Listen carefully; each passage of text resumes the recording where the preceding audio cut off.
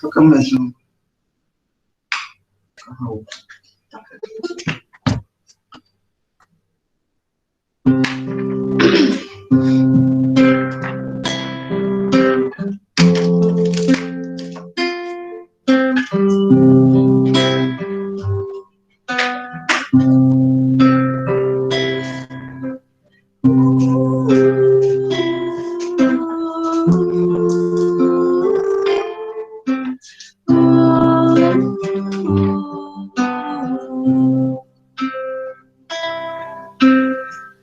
Olha que foi meu bom José, se apaixonou pela donzela. Dentre todas as mais belas de toda a sua Galileia, casa com Débora ou com Sara, meu bom José, você podia,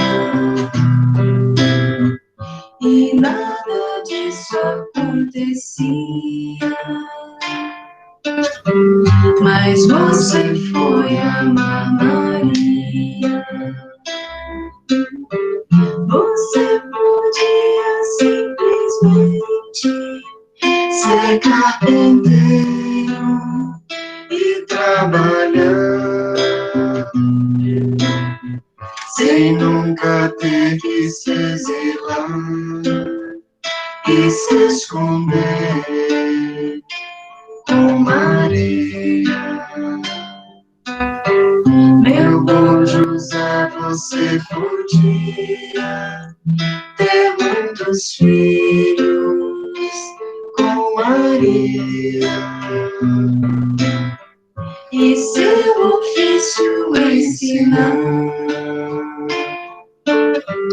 como seu pai sempre fazia. Por que será, meu bom José, que esse seu nobre filho dia andou com estranhas ideias que fizeram chorar Maria? Me lembro às vezes de você, meu bom José, meu nobre amigo, que nessa vida só queria ser feliz com a sua Maria. Me lembro às vezes de você, meu bom José, meu nobre amigo, que dessa vida só queria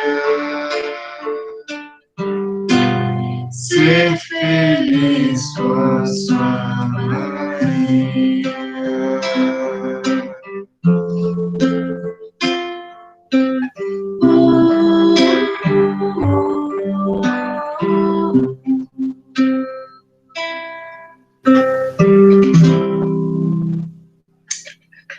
Boa noite, pessoal. Sejam todos bem-vindos e todas bem-vindas a mais um dia de reunião aqui na nossa primavera, nesse espaço aí virtual da nossa primavera. Vamos fazer a nossa prece para depois a gente começar, tá bom? Senhor da vida, inspira-nos a busca pela verdade através desse campo de práticas e de reflexões que abraçamos, chamado Espiritismo. Na noite de hoje, sejamos capazes de contemplar ensinamentos valiosos, de modo a diminuir a angústia da vida, a aliviar as tensões e a assumirmos compromissos conosco mesmo, com aqueles que nos rodeiam, na procura da verdade, do amadurecimento, da iluminação. Que todos os lares aqui representados recebam a visita dessa onda de bom ânimo que se gerará certamente entre nós hoje. E dessa forma, com o coração tranquilo e feliz, nós iniciamos a reunião de hoje.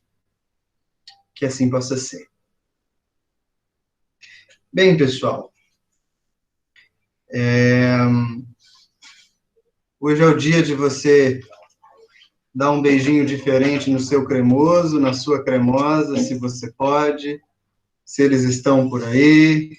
É o dia de você cuidar um pouquinho desse aspecto da vida que é muito importante, inclusive no campo da prática espiritual.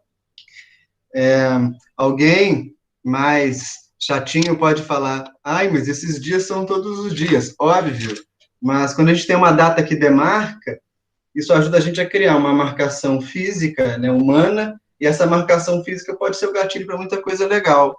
Então, se você tem um cremoso, uma cremosa, dê um beijo nele, nela. Se ele não está com você, mande uma mensagem. Se você não tem e quer, reze para Jesus te conseguir. Se você não tem e não quer, reze para ele não te apresentar. O fato é que pode ser uma oportunidade da gente pensar nesse campo do afeto que nos emaranha a todos.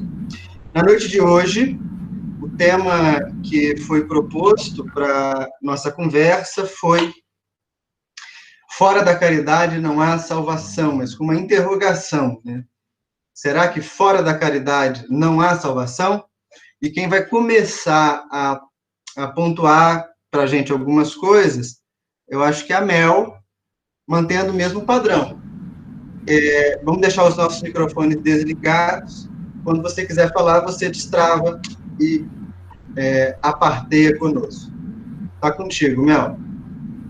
Oi, pessoal. Eu não tenho muito assim, eu nem sei para onde que eu olho direito. Então, eu vou pedir para vocês, quem puder, deixar o vídeo ligado, porque para mim fica mais fácil trocar assim, é como se fosse uma conversa. E então, quem puder ligar os vídeos. Isso, que gosta de ver tudo. É, isso. Então, quem puder ligar o vídeo, eu acho que fica mais fácil e mais desinibido para mim também. Aí eu vou vendo a carinha de todo mundo e fica uma conversa mesmo.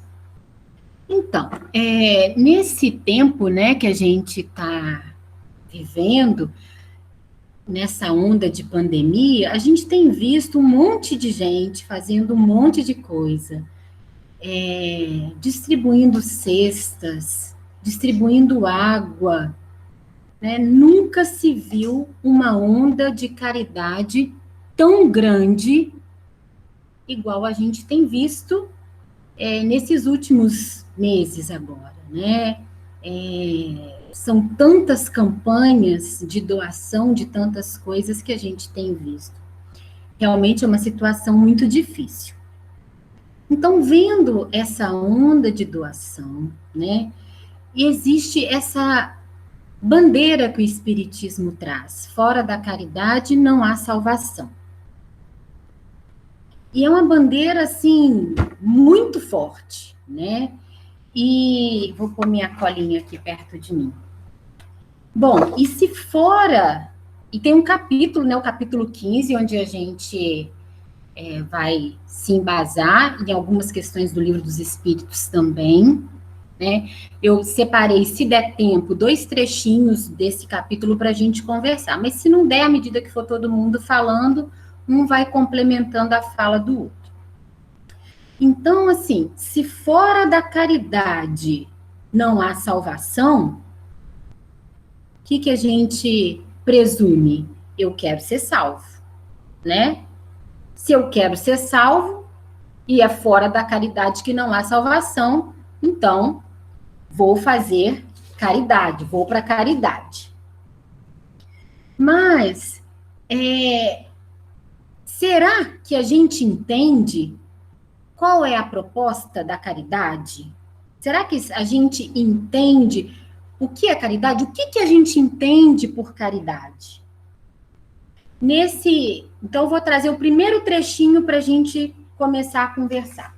O primeiro trechinho, todos os 2 trechos são de Paulo. Um era Paulo vivo, o outro é Paulo Espírito. Está no capítulo 15, no item 6.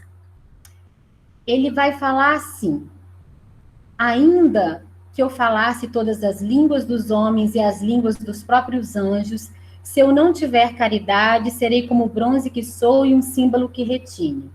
Ainda que tivesse o dom de profecia, que penetrasse todos os mistérios e tivesse perfeita ciência de todas as coisas, ainda que tivesse a fé possível até o ponto de transportar montanhas, se não tiver caridade, nada serei. Conversando com o Vini mais cedo, ele até falou que em outras traduções, até consideradas assim, de um ponto de vista de acadêmicas, de traduções assim melhores, que a palavra caridade é usada amor. Mas aqui no Evangelho, ele usa a palavra caridade. E do latim caridade, né, caritar, é amor. E a palavra caridade é formada por caritar e caros. E caritar é amor e caros é algo de grande apreço, algo de grande valor. Então, acaba que a caridade, ela expressa uma faceta aí do amor, é uma expressão de uma partezinha do amor, vamos dizer assim. Então, se Paulo fala, se a bandeira do Espiritismo é fora da caridade, não tem salvação. Se Paulo fala que sem caridade nada serei, é algo muito importante, eu acho, para a gente estar entendendo esse conceito, estar desenvolvendo isso, para que as nossas ações, nesse sentido, elas possam ser mais conscientes, né? É claro que todas essas ações têm valor, mas se a gente pode aprofundar um pouquinho esse campo do conhecimento, para que essa consciência possa trazer resultados um pouco mais eficientes das nossas ações, né? Eu acho que isso é muito importante. Eu acho que a gente tem que começar a passar da fase de fazer por fazer. Então, assim, eu gostaria de escutar de vocês agora o que vocês entendem como caridade. O que é caridade? Né? Qual que é o... Quando fala em caridade, o que vocês pensam? É todo mundo, hein, pessoal?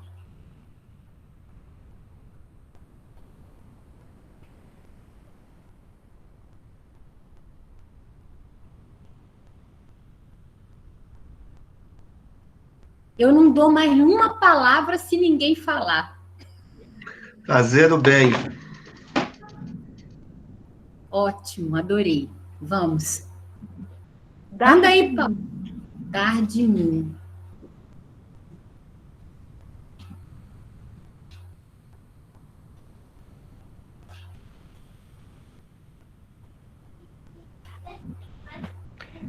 Você pretendia ler a última mensagem do Espírito Paulo? Uhum. Ok, então vou pular minha fala.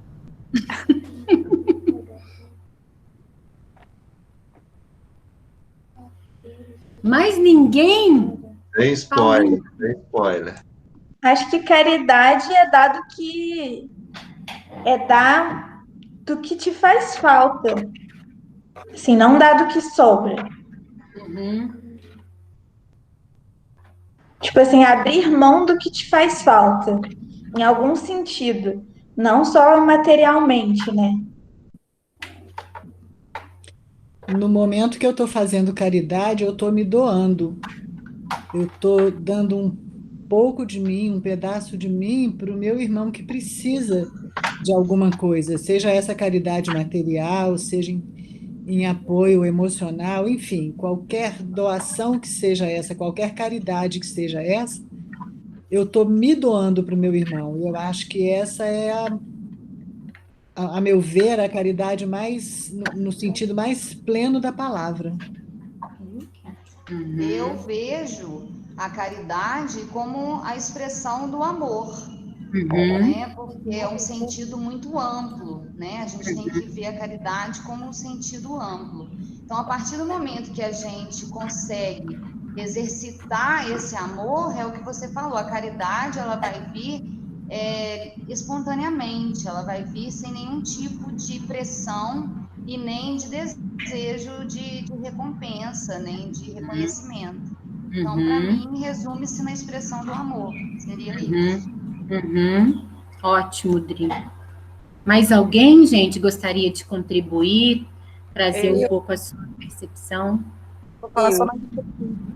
A Cíntia, eu acho o seguinte, eu vou dar um depoimento bem pessoal, e eu estou até tentando exercitar esse momento agora, mas eu comecei um pouquinho antes.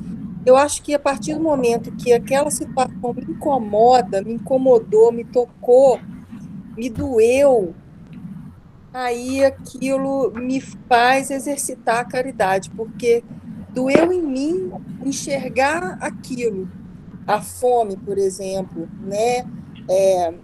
O frio, alguma coisa que eu sei que dói naquela outra pessoa. E aquilo me faz tentar exercitar a caridade, tentar fazer alguma coisa com aquilo que é um incômodo muito pessoal. Aquilo eu olho, aquilo me dói. Então, eu vou tentar fazer alguma coisa. É a minha visão muito pessoal. Muito bom, muito bom. Mais Indo alguma? nessa direção da Cíntia, eu acho que tem muito a ver com enxergar e compreender o outro. Porque sem compreensão, você não consegue perceber o que o outro demanda, você não consegue sentir a demanda como uma coisa urgente que te leva a realmente desejar doar e se esforçar para dar esse algo a mais ou fazer o sacrifício necessário. que às vezes é uma coisa que você não faria sem a compreensão do limite, da dificuldade do outro, da necessidade do outro, do sofrimento do outro naquela situação, né? E por isso também é tão importante a gente ter as nossas próprias vivências, porque é sentindo fome um pouco que você consegue enxergar e entender que o outro está com fome. E o quão ruim isso é, exatamente, né? É tendo sentido frio uma vez que você percebe que o outro está naquela situação e é capaz de ter empatia, solidariedade, que são virtudes, de certa forma, consequentes, né? Ou resultado. E a virtude básica que está por trás disso é fazer o contato com o outro, é entender, enxergar, vivenciar um pouco da realidade do outro. Eu acho isso importantíssimo, porque senão a gente acaba fazendo o que a gente quer e não o que o outro necessita, né? Então, eu vou trazer para nós o que o Espiritismo traz de conceito de caridade. Aqui do Livro dos Espíritos, a questão 886. Kardec pergunta o seguinte: qual o verdadeiro sentido da palavra caridade como a entendia Jesus? Só vou ler o primeiro trechinho. É uma resposta que todo mundo sabe, mas ela é muito interessante. Então, ele fala aquela resposta sabida. Benevolência para com todos, indulgência para com as imperfeições e perdão das ofensas. Aí, quando a gente vai ver o significado dessas palavrinhas, a benevolência é bondade de ânimo. Então, bondade de ânimo não é só aquele sentimento contemplativo. Ele é um sentimento vívido, algo, como a Cíntia falou, algo que toca lá dentro, algo que movimenta uma energia, né? Você ser bom para com alguém, isso tem que movimentar dentro de você alguma coisa, não é fazer por fazer. Eu tenho que ser tocado. Eu não posso fazer só porque é uma coisa bonita. Eu não posso fazer só porque fulano falou para eu fazer ou porque todo mundo está fazendo. Tem que me tocar. Tem que gerar dentro de mim um sentimento de bom ânimo. Essa é a benevolência. A indulgência é aquela disposição para compreender aquilo que o Beto falou, né? Com disposição para compreender a situação, os erros, as dificuldades, as culpas, porque senão eu fico julgando o tempo todo. Fulano, eu vou fazer isso, mas ele vai gastar com aquilo. Eu não adianta, eu dou um cobertor, mas ele perde, ele vende, ele não tem cuidado, enfim. Essa indulgência, né, quando a gente tem, é porque a gente vai se colocando muito parecido com o outro. A gente enxerga a humanidade do outro e a nossa, e a gente vai se equiparando, vai se entendendo, vai tentando ver o outro com olhos mais de empatia, como vocês falaram, né? Aquilo que a Adri falou, a expressão do amor, aquilo que a outra Adri falou, doar-se, né? Não dar só o que sobra, dar daquilo que você acha que vai fazer o outro feliz, mesmo que te falte um pouquinho. E o perdão, que é o outro ponto que ele fala, né, que faz parte da caridade, porque existem vários tipos de caridade, não só material, né, e ele fala que o perdão é a remissão das ofensas, é desculpar. E do grego, eu achei muito interessante, eu sempre tento pesquisar as palavras no latim e no grego, para ver se tem algum significado diferente do nosso usual, que pode complementar. E do grego, perdão é deixar ir. Eu achei isso interessante, porque a gente, às vezes, não consegue resolver tudo na hora, a gente deixa aí pelo menos um pouco, dali a pouco aquele volta, você tenta ressignificar um pouco mais, deixa aí mais um pouco. Eu achei esse significado, eu achei muito interessante esse significado aí do perdão. Depois eu olho aqui. Então, assim, o que a gente está vendo, o que a gente vê, né, que no senso comum, a gente tem um tanto de conceito de caridade, mas eu acho que falta-nos um pouco a reflexão para poder ampliar um pouco essa questão de entendimento, né? Então, é aquilo que a gente já começou a falar um pouco. Por que que a gente não reflete muito sobre se aquilo que é, por exemplo, dar uma cesta básica, né? Se eu devo fazer aquilo, se aquilo é interessante para aquela pessoa naquela hora, se oferecer uma esmola, enfim, qualquer tipo de coisa. Então, eu tenho que racionalizar, refletir sobre se aquela atitude realmente vai ter um impacto positivo, senão daqui a pouco tem uma pessoa recebendo cesta básica de um monte de gente. A gente fazia uma tarefa de distribuição de alimento aos moradores de rua, chegava nos lugares, eles falavam assim, a gente não quer. Tinha 3, 4 marmitex. Eles falaram, domingo não vem ninguém. A gente prefere uma conversa. Porque senão a gente sai fazendo no automático, sai fazendo porque a ideia que eu acho, né, que é importante depois a gente chegar nesse ponto, de repente o Vini desmembra isso para nós, essa ideia de salvação. Será por que a gente sai fazendo por aí, né? Sem refletir, sem ver se toca, sem ver se para mim faz sentido fazer aquilo que todo mundo faz, sabe? O que eu tô querendo com isso? Ficar bem na história? Mostrar para todo mundo que eu faço tarefas de caridade para as pessoas me não, fulano é caridoso, fulano faz isso, faz aquilo, eu faço isso, faz aquilo. Mas o que é que está me movendo? O que está me tocando? Porque senão são só atitudes vazias, né? São só atitudes que não vão fazer com que nada que existe aqui dentro se transforme.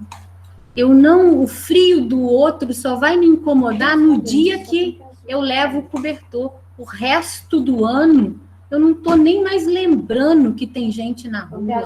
A fome do outro só vai me incomodar naquele dia que eu levei o prato de comida. E assim por diante. Porque o que precisa ser essa reflexão é diária e é de uma filosofia de vida mesmo, uma forma de refletir sobre as pessoas, sobre o que acontece na vida, sobre a minha vida, sobre o outro, sabe? O que eu quero para mim, o que eu quero para o outro. Então, uma das coisas que a gente conversou, né? O que está me motivando? A outra coisa é se aquela minha ação, ela realmente está impactando em resultados, ou se eu estou sendo só fazendo mais do mesmo.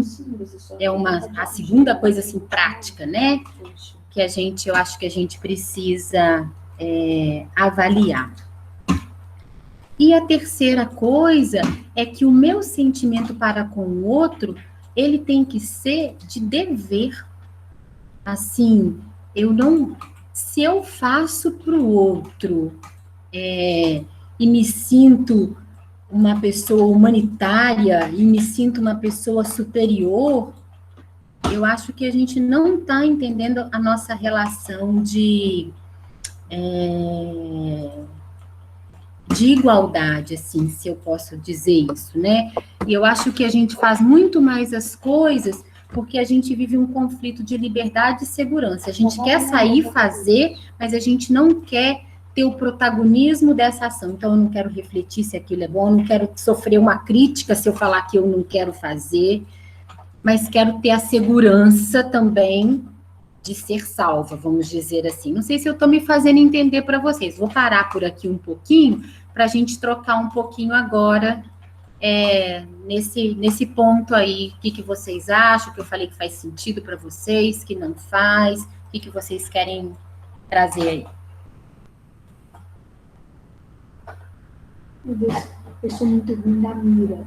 Você viu, tá dando tipo, eu sei fazer tudo em mãos adequadas, só minha mira. Quando você fala da salvação, poderia ser um olhar muito nosso. A gente vai fazendo esse discurso é muito nosso, da caridade, de fazer caridade. E aí eu fiquei pensando, será que isso seria só nosso ou não? Uma outra coisa que eu fiquei pensando, quando você traz, né, a caridade e essa reflexão do Vini também, de outras traduções como amor, eu só conseguia ver algumas imagens na minha mente que seriam São Francisco de Assis, Irmã Dulce, Madre Teresa de Calcutá, né? Talvez possam existir.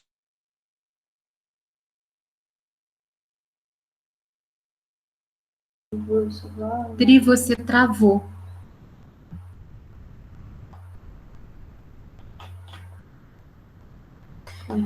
Então, assim, no sentido aí do que a Adri falou, alguém gostaria, Vini, de complementar? Eu quero criar complicação.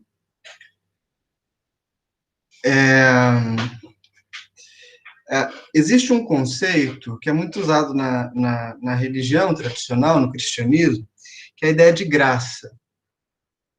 E a graça procede de Deus. Graça é a caridade de Deus, por assim dizer. É a forma como Deus observa e beneficia e produz coisas boas para os homens. A pergunta que eu gostaria de colocar nesse momento claro que num nível reflexivo, né? É claro que vocês vão ver que eu vou fazer a pergunta e serão ser induzidos a dar uma resposta, óbvio. Mas não é isso que está me preocupando. Para quem serve o ato de caridade? Essa é a pergunta. Assim. Quem é o destinatário do ato da caridade? Porque até agora a gente falou assim, é dar de nós, é dar do que falta, é dar do que não sei o que. A caridade está toda vetorizada para fora. Saber da dor do outro e tal. E essa é uma primeira questão. O que eu quero bagunçar vem depois dela. Para quem serve o ato de caridade? Né? A quem ele... Se Deus é a grande fonte da caridade para os homens, a fonte da graça para os homens, a quem ou a quem, se a gente pode criar essa expressão, serve um ato de caridade. Como que funciona essa dinâmica do processo caritativo? Como que vocês veem isso?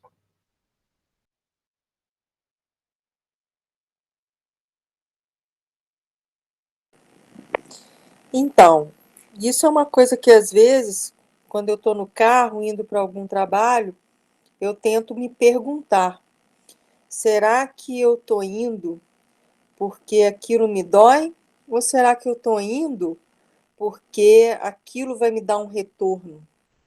É uma pergunta que me causa muita, assim, reflexão, na hora que, às vezes, eu estou indo para algum trabalho, digamos assim, né? Para algum lugar. Então, é uma reflexão íntima. Aí eu me pergunto se isso é uma coisa que realmente eu estou indo por mim ou pelo meu próximo. E aí fica a minha reflexão.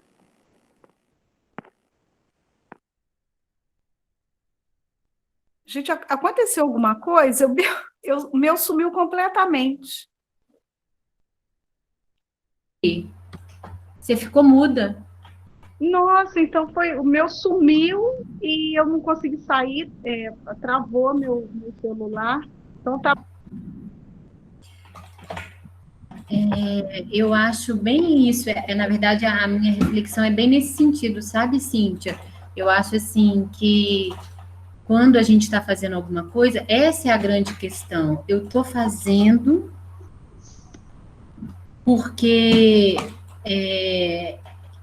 existe essa barganha, né? Essa minha relação do processo, da dinâmica da caridade, tem a ver com que eu faça para que, ó, eu quero ser salvo, olha aqui, olha como que eu sou bom, bonito, olha como que eu sou direitinho, como eu cumpro com os meus deveres, ou se é algo porque me toca mesmo, né? Se vai dar um sentimento de superioridade, ou se é para beneficiar a mim mesmo, ou se o benefício ele é motivado por algo de querer fazer um melhor por aquele, seja uma coisa material ou não, que está em necessidade e que eu tenho como ajudar, né? Então, eu acho que parte da nossa motivação. Eu acho que o mais importante é a gente sempre se perguntar, é o que eu sempre estou tentando fazer mais, né? Eu sempre me pergunto se realmente o que está me motivando a fazer aquilo ali. É uma barganha? É para eu me sentir superior? É para eu me sentir bem perante os que estão à minha volta e sabem o que eu faço? É para mostrar o que eu faço? Né? E, assim, eu acho que a minha reflexão é essa. Quanto ao que o Vini falou, para quem é o meu ato de caridade, eu acho que o meu ato de caridade, ele é para beneficiar, tem que ser para beneficiar, realmente aquilo tem que me trazer uma felicidade muito grande, ver a felicidade do outro. Eu acho que tem que ser esse o vetor. E eu acho que eu indo nessa direção, eu faço aquilo que Jesus fala, né? Quando você faz a um dos meus, você está fazendo para mim. Mas quando eu faço de coração, quando eu faço de verdade, ou quando eu pelo menos reflito sobre isso, mesmo que o processo ainda seja muito egóico, né? Se é assim que eu posso usar essa palavra, mas que eu pelo menos caminhe com consciência de que o meu esforço é nesse sentido. Eu queria colocar. Não, pode falar. Paula. Pode falar, depois eu falo. No próprio capítulo 15, a caridade é apresentada como antítese ao egoísmo. Ou seja, o egoísmo é algo nosso. A caridade é algo nosso. Na realidade, o beneficiário da caridade, em última instância, é a gente mesmo. Porque se a caridade é colocada como antítese do egoísmo, como uma forma da gente superar essa fase egóica, no final, né, de uma série de etapas de exercício da caridade ou de exercício do bem, o nome que a gente quiser dar, quem vai estar melhor no final das contas é a gente mesmo. Pode não ser a nossa intenção primária, vamos dizer assim, mas a consequência do exercício do bem é um processo de crescimento espiritual por nos livrarmos dessas imperfeições morais, em especial o egoísmo, né? Por isso que, de certa forma, em algumas discussões, a gente acaba, muitas vezes as pessoas acabam caindo num paradoxo, né? Porque a gente faz a caridade, entre aspas, para o outro, mas o beneficiado é a gente. E se a gente é o beneficiado, muita gente tem a impressão de que nós estamos sendo egoístas fazendo a caridade, o que não é verdade, obviamente, né? Acaba virando um sofisma aí. Na realidade, a ideia é que o exercício do bem nos faz sentir bem. Quando nós deixamos de encarar o bem com essas justificativas todas que a Mel colocou, que eu acho que são válidas no processo de aprendizado. Ninguém sai do puro egoísmo para a pura caridade. A gente vai passar por etapas, né, nessa superação do egoísmo, nessas que a Mel citou, mas, na realidade, assim, é essa reflexão constante do porquê, para quê, como, quando eu estou realizando bem, vai nos levando a um patamar que vai chegar à conclusão que não tem outra coisa para fazer senão bem, né? Que é o que acontece com os espíritos superiores. Não tem outra opção a não ser fazer aquilo que é certo, aquilo que é justo, aquilo que é bom, aquilo que é belo. Não tem outra alternativa. Mas até chegar lá, a gente vai passar por esses questionamentos e essas reflexões todas. Eu acho também, eu concordo com ele disso, né? Acho que a caridade, ela, no fim, ela serve para gente, né? Porque e eu penso que ela nem sempre vai ser prazerosa, eu acho que nem sempre a gente vai se sentir feliz ou sentir algum tipo de prazer. Eu acho que às vezes a caridade ela pode ser até muito sofrida, dependendo de com que situação você tiver que lidar, com o que você que vê ali, pode ser que te doa. Mas eu penso que, assim, elas é para a gente, mas se a gente fizer pensando nesse objetivo, que ela é para a gente, ela já não vai servir mais para a gente. E eu penso também que o propósito, eu acho, né, se a gente for pensar da espiritualidade, de buscar essa espiritualidade, da forma como a gente encara, né, assim, nós mesmos, aqui nesse grupo, pelo que eu vejo, assim, é de encontrar essa unidade, né, é de chegar na unidade, de encontrar mesmo a nossa essência e a nossa identidade com Deus e com tudo, né, que existe. E aí eu acho que a caridade, ela é uma técnica que o Espiritismo traz, né? Eu acho que existem várias técnicas para chegar nessa descoberta, nessa identidade. E a caridade, ela é uma forma, né? Porque, enfim, quando eu faço esse exercício de enxergar o outro, de desapegar, às vezes, de coisas minhas, né, da minha personalidade, ou materialmente mesmo, ou de ideias, para o benefício do outro, de alguma forma, eu estou, de algum modo, me vendo, tipo, me desidentificando de certas coisas, de certos comportamentos, de certas coisas, mesmo materiais. E aí, nesse processo, eu acho que a gente consegue chegar mais perto do que a gente é mesmo, né, de verdade, assim. Então, eu acho que a caridade, ela é um exercício, ela é um método, é uma técnica, né, que a gente tem dentro do Espiritismo para a gente fazer esse processo de identificação. Ela é uma das técnicas, eu acho que existem outras. Posso entrar na fila?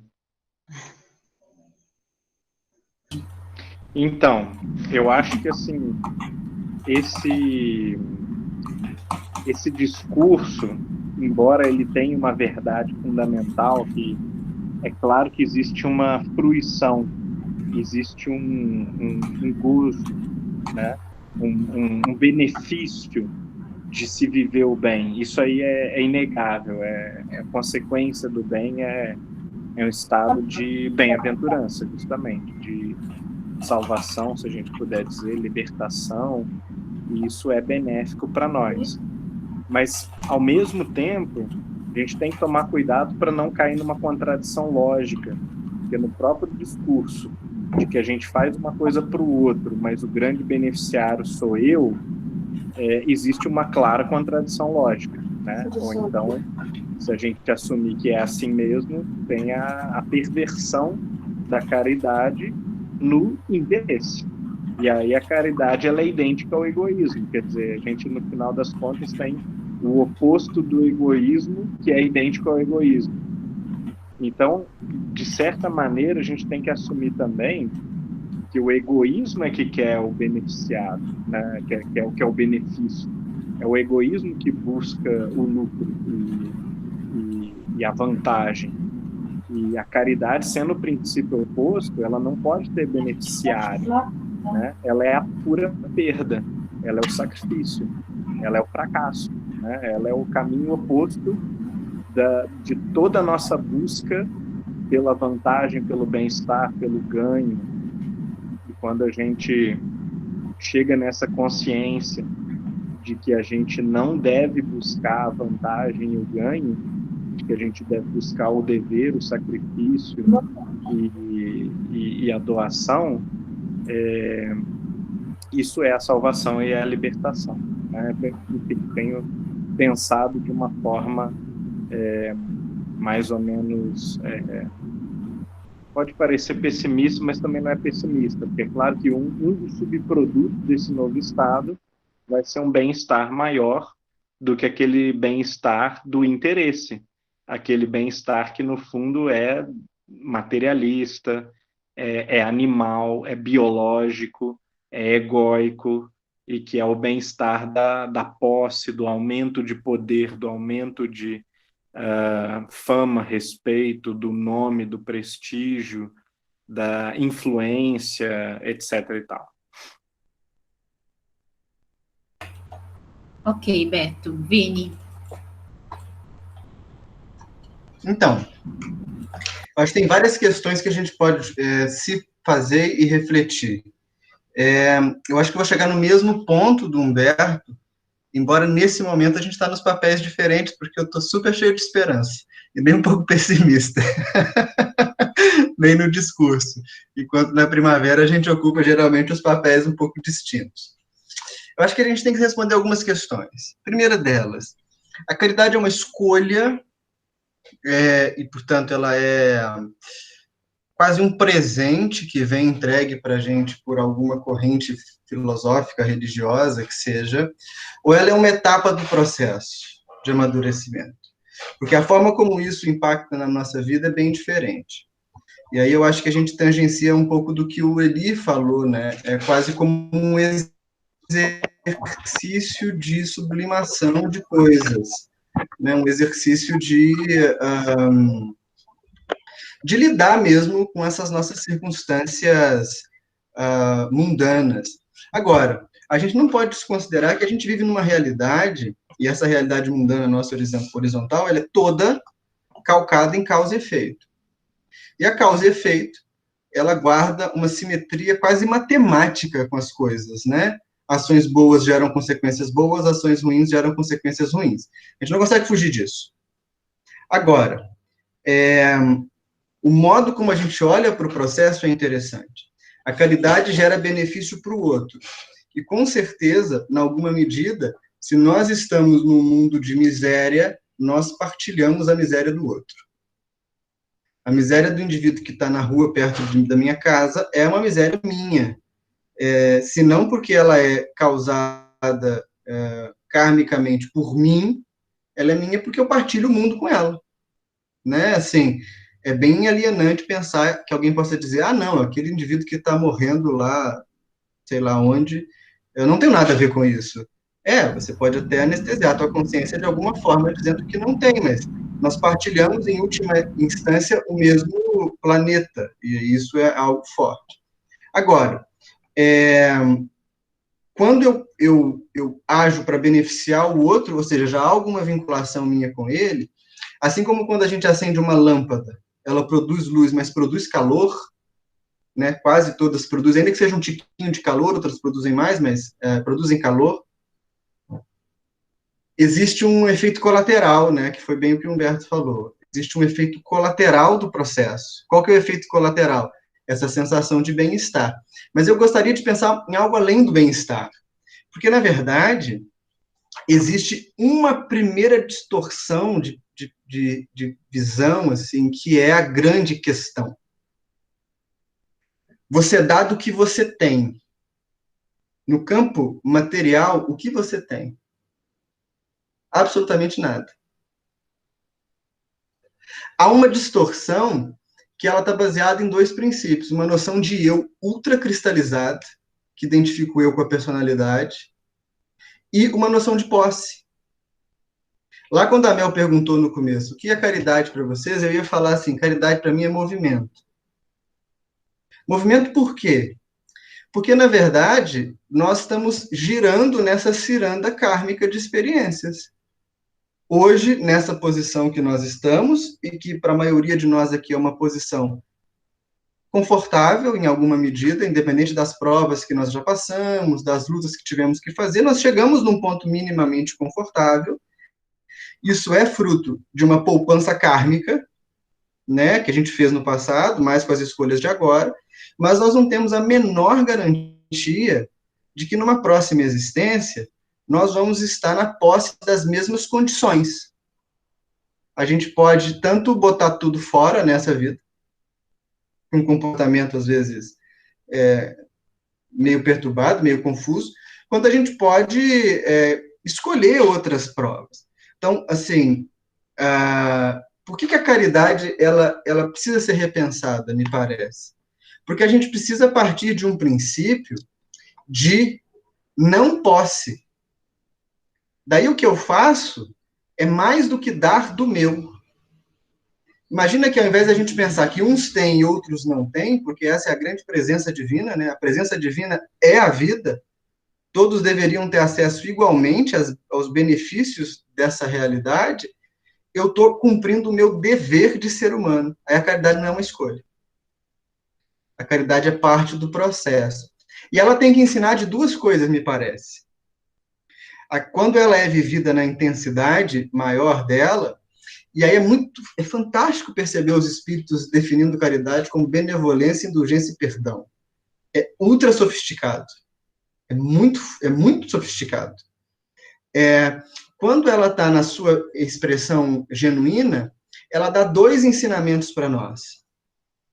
Um primeiro, ela dá a noção de empatia, de compaixão, que geralmente é aquela noção que a gente costuma ver sempre quando se trata de caridade.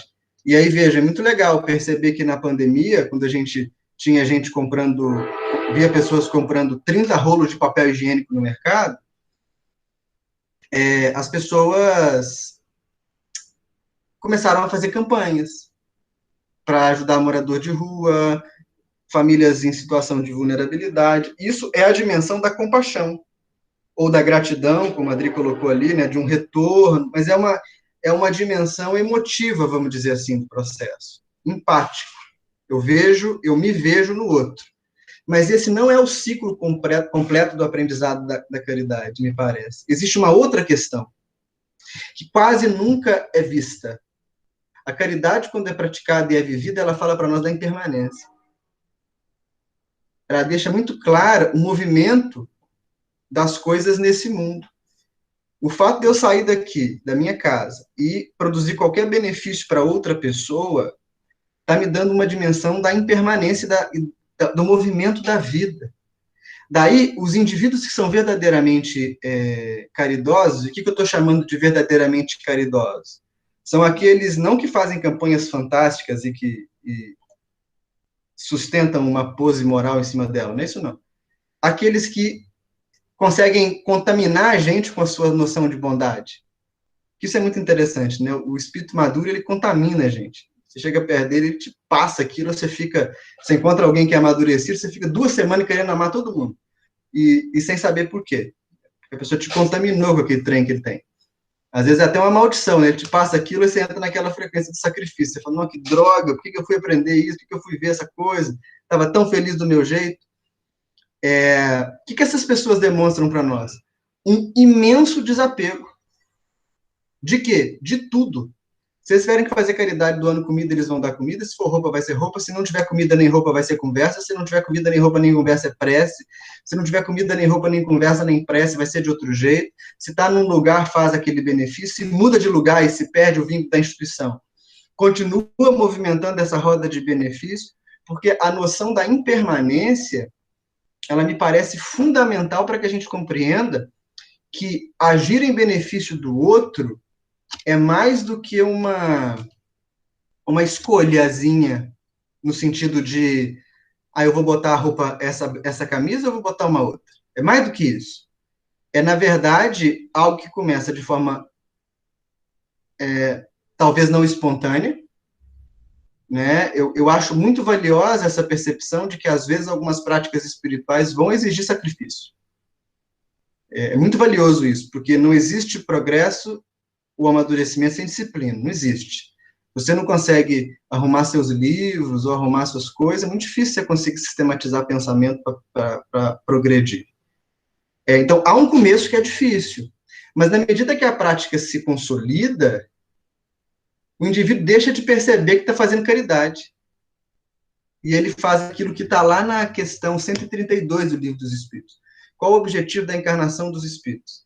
Aí tem como resposta 2 tópicos. Primeiro, sofrer as vicissitudes da experiência material. Isso a gente tira de letra. Qualquer coisinha a gente fala, é meu karma, estou sofrendo, tampei pedra na cruz e tal.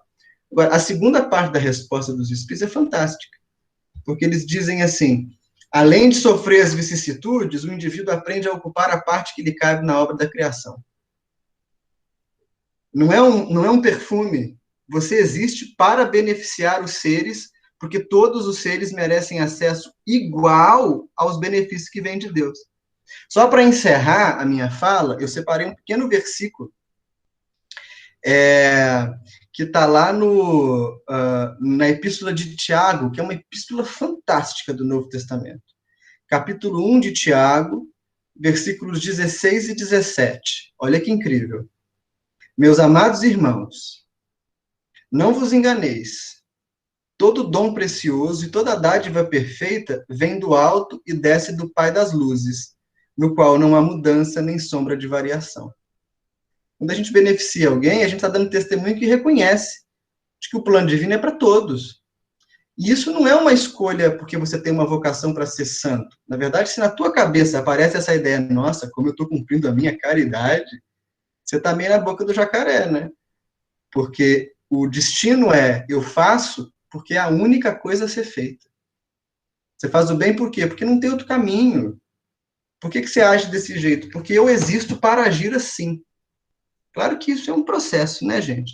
Mas eu gosto muito de pensar que a gente tem que começar a implodir, de certa medida, algumas noções que são tidas como estáticas.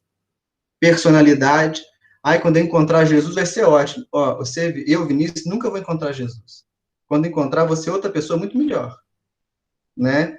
Essa personalidade existe desde a hora que mamãe e papai me conceberam, eu já comecei a virar fantasia na cabeça deles ali, até, sei lá, um tempo depois do desencarne, porque quando eu reencarnar eu viro outra pessoa. Então, essa noção de personalidade estática que a gente tem que ser implodida. Dura no máximo 200 anos. Se você ficar agarrado no umbral, dura uns 700, mas fora isso, vai durar, assim, nas condições normais de temperatura e pressão, 100, 200 anos, depois você tem outra personalidade. O Vinícius pode ter sido Joana, pode virar Teresa, Joyce, Marcos, Robson, 1000 coisas. E outra ideia que a gente tem que implodir, ou começar a implodir, é uma noção de posse. O que eu tenho de verdade? Eu dou do que eu tenho. Eu tenho os bens materiais que hoje eu administro por uma duração desse tiquinho aqui, ó. Desse tiquinho. O que você tem de verdade? Então, esses 2 conceitos me parecem chave para a gente repensar a caridade. Desculpa ter falado muito. Foi ótimo, Vini. Mais alguém gostaria de contribuir, trazer uma reflexão? Eu gostaria de falar bem rapidinho, porque a hora eu acho que está chegando, né? Não, fica à vontade, Letícia.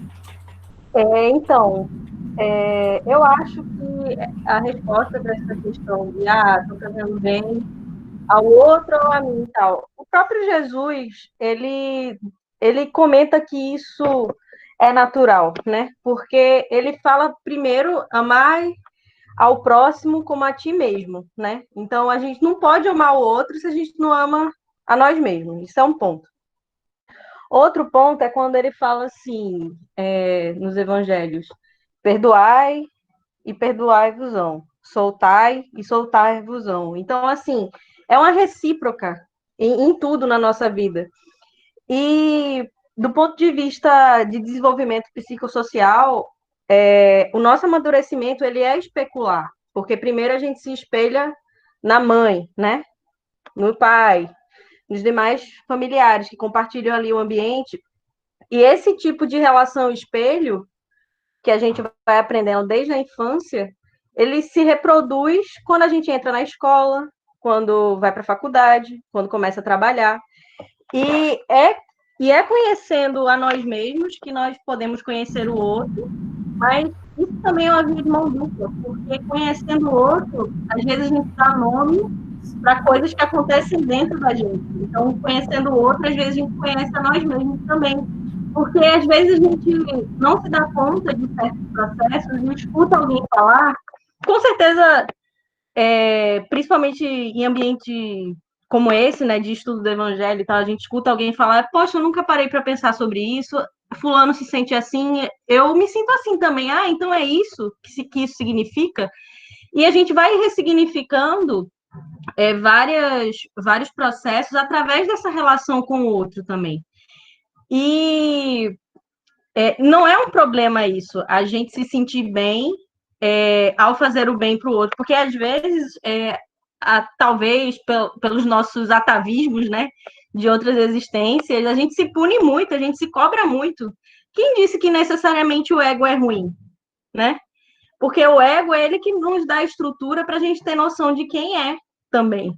O ruim é o egoísmo, né? É o ego sendo o centro de tudo o tempo todo. Isso sim é ruim. Mas aquele que não pensa em si mesmo saudavelmente, também não consegue pensar no outro. Quando vocês estavam falando, logo no começo da reunião, sobre o conceito de caridade e saber se isso está fazendo bem ao outro ou não, eu me lembrei de uma palestra de um monge, que eu não vou me lembrar do nome dele agora, mas ele comenta assim, que estava escutando um casal, né, conversando, e um deles estava dizendo, não, mas eu faço chá para ele, e eu dou chá para ele sempre, aí a outra pessoa, mas eu não gosto de chá. Tipo, então, às vezes, o que é bom para a gente, não necessariamente é bom para o outro. E não necessariamente o que falta para a gente esteja faltando ao outro. Então, o Livro dos Espíritos, quando ele nos traz o BIP, né, a benevolência, a indulgência e o perdão, é muito fantástico nisso, porque de certa forma, tira um pouco essa questão da caridade medida pela nossa própria régua, né? Porque não necessariamente o que é bom para mim é bom para o outro, e isso é importante a gente ter em mente. E só para fechar, essa questão da gente se sentir bem com o bem do outro tem uma explicação até neurocientífica, sabia? Fizeram um estudo de pessoas fazendo atos altruístas. E observaram que existe um sistema realmente de recompensa no cérebro responsável por isso. Então, de certa forma, além de toda essa questão espiritual, religiosa, que a gente estuda, existe uma explicação pela biologia evolutiva, porque nós somos seres sociais. E o nosso cérebro ele foi moldado a se sentir bem fazendo o bem mesmo. Então, só queria comentar isso para a gente ter essa noção de que tudo bem, sabe? A gente não precisa se cobrar o tempo todo em relação a isso. Então, Letícia, concordo com o que você falou, mas o que a gente trouxe aqui foi uma proposta de aprofundar um pouco o senso comum desse conceito de caridade.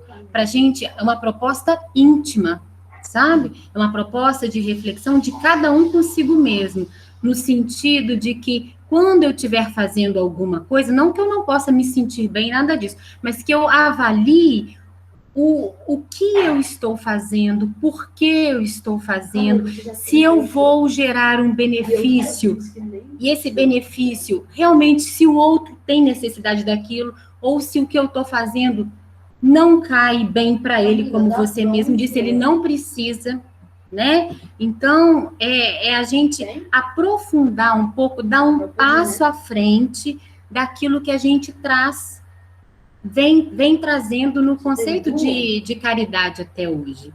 A gente aprofundar um pouquinho. E para a gente terminar, eu vou ler o trechinho de Paulo, no capítulo 15, na Instrução dos Espíritos. E ele diz assim, que fala bem de uma síntese daquilo que a gente conversou hoje. Ele diz assim, Dedicai-vos assim, meus amigos, ele está falando da caridade, né? O título é Fora da Caridade Não Há Salvação. A perscrutar-lhe o sentido profundo e as consequências, a descobrir-lhe por vós mesmos todas as aplicações. Submetei todas as vossas ações ao governo da caridade e a consequência vos responderá. Não só ele evitará que pratiqueis o mal, como também fará que pratiqueis o bem. Porquanto uma virtude negativa não basta. É necessária uma virtude ativa. Para fazer-se o bem, mister sempre se torna a ação da vontade. Para se não praticar o mal, basta a mais das vezes a inércia e a despreocupação. Então, assim, o objetivo que a gente traz essa reflexão é para a gente não sair fazendo no automatismo. Apesar de ser muito válido esse processo de caridade, de doações, eu vi uma postagem onde nós recebemos uma foto de uma mesma pessoa ganhando cestas básicas de inúmeras fotos. A mesma pessoa, a gente recebeu. E um outro fato interessante também, me ligou uma amiga, né, falou assim, aqui, eu tô com cestas básicas para distribuir. Foram cestas básicas também. Você quer? Eu falei, sim, eu tô precisando de 5, porque tem fulano, fulano e fulano que eu vou dar. 2 para cada um, e esse aqui, ela mora sozinha, pode ser uma cesta básica. Não, pega 15, porque senão eu não tenho com o que fazer com essas cestas. Então, assim, eu fiquei pensando, a pessoa às vezes vai fazendo, e talvez não tenha uma reflexão. Não que isso tenha sido ruim, o que eu trago para a gente é a reflexão da nossa atitude, o que está motivando, é o acúmulo, tem que fazer muito, tem que conseguir muita cesta básica, tem que distribuir muita cesta básica. Eu não estou falando aqui que é errado, de forma alguma. O que eu trouxe para nós, né, o que eu gostaria que a gente viesse pensar é que se realmente aquela nossa atitude, ela vem movida por essas reflexões que a gente fez aqui hoje, tá? Um beijo e até bastante tempo daqui para frente. Brincadeira. Vou passar a palavra para alguém fazer a prece final para nós. Não vamos fazer prece, não. Vamos fazer como a gente tem feito a música. Acho que ela ocupa esse lugar, né? Então, a Carol vai tocar algumas músicas, 2 musiquinhas. A gente, se pudesse, passava o resto da noite conversando, né? Mas é legal a gente ter essas balizas, até porque alguns têm outros compromissos e tal. E Carol vai cantar, então, 2 musiquinhas, é o momento da gente serenar nossos corações, fazer nossas preces individuais, buscar contato com o mais alto. E depois das músicas, a gente encerra a reunião e se encontra de novo na semana que vem, tá bom? Beijo para vocês. Bora cantar pagode. Pagode. Deus, entendeu? Adeus. Que fez?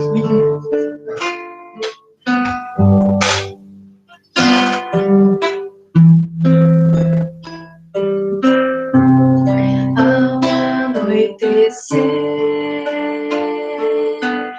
em Cafarnaum, a casa de Pedro tão simples, casinha comum, se enchia de paz, repleta de luz, ouvindo as palavras eternas do Mestre Jesus. Vou me imaginar sentado ali entre João, Pedro levei à beira do lago de Genezaré, lançando na alma pra sempre sementes de fé. E eu tão criança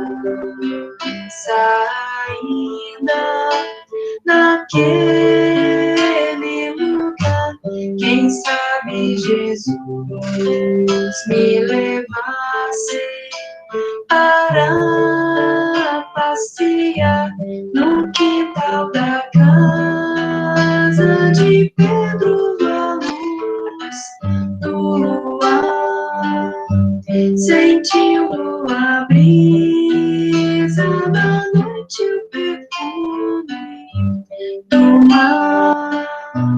Dissesse pra mim, já é hora de você voltar. A gente se encontra de novo no seu evangelho novo. A gente se encontra de novo no seu evangelho no lar. E eu tão criança ainda naquele lugar, quem sabe Jesus me levasse para passear no quintal da casa de Pedro, à luz do luar, sentindo a brisa da noite, o perfume do mar. Dissesse pra mim, já é hora de você voltar. A gente se encontra de novo no seu evangelho no lar. A gente se encontra de novo no seu evangelho no lar.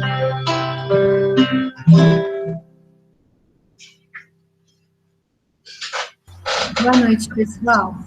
Mais uma. Opa! Mas você pode ir se precisar.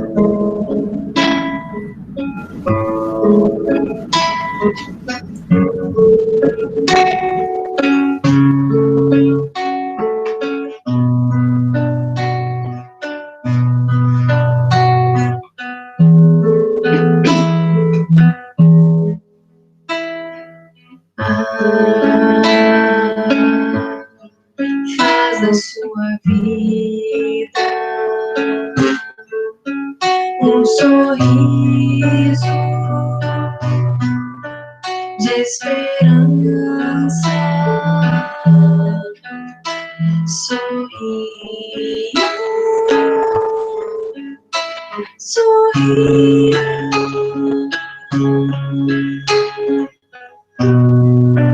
Me alegra aqueles que apenas têm lágrimas de dor para mostrar. E com a sua voz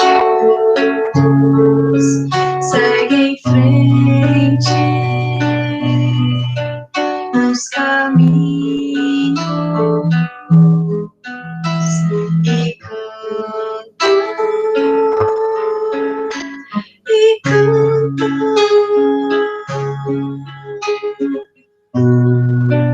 Para quem não vê razão mais pra cantar,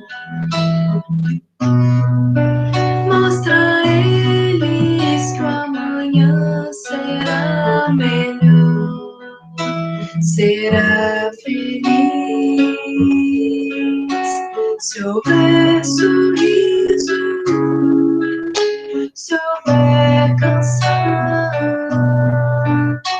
coragem, fé, sorria,